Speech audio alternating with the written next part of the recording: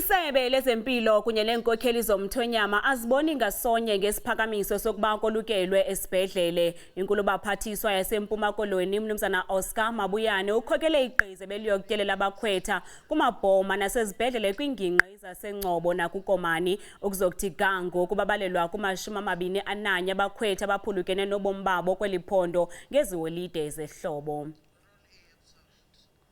Sele kubhubhe abakhwetha abangama-21 eMpuma Koloni kweli xesha lasehlotyeni. Uninzi lwabo lusuka kummandla waseNgcobo naseKomani eziphantsi komasipala waseKrisani.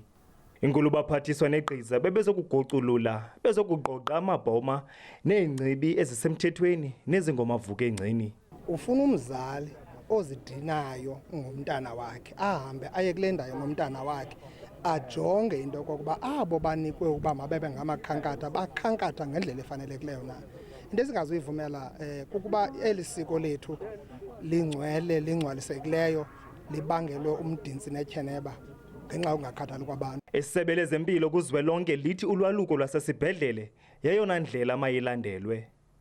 In other provinces, we've introduced a medical male circumcision, which has really given us large numbers of people circumcised without any particular complication of deaths. So in this case, this is something that particularly where people were prepared, were able to convert into this kind of medically backed circumcision. Into ebhebhethwe njengomsholo ukuze inkosi zomthonyama.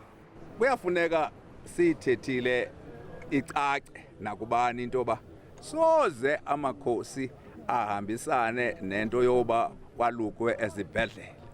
Izibhedlele ongomaziko ethu olwaluko. Amaziko ethu asemabhomeni. Bafika abadala abandifunze ngento yamazi like umzekelo khona umnye bekwacaba abaye bambona apha kufumanise kuba uyaqadazela kwathi ngenxa yongafumani imali. So isodala angafumani qha bona bafumana imfundiso esuka koobhuti babo. Indlu yenkosi ithi iza kufaka uxwebhu olufaka isicelo kurhulumente ukuba aguqule isolotya kumthetho wolwaluko olunyanzelisa ulwaluko lube kwixesha lwasebusika kwiinzame zokunqanda ukubhubha kwabakhwetha lunxano.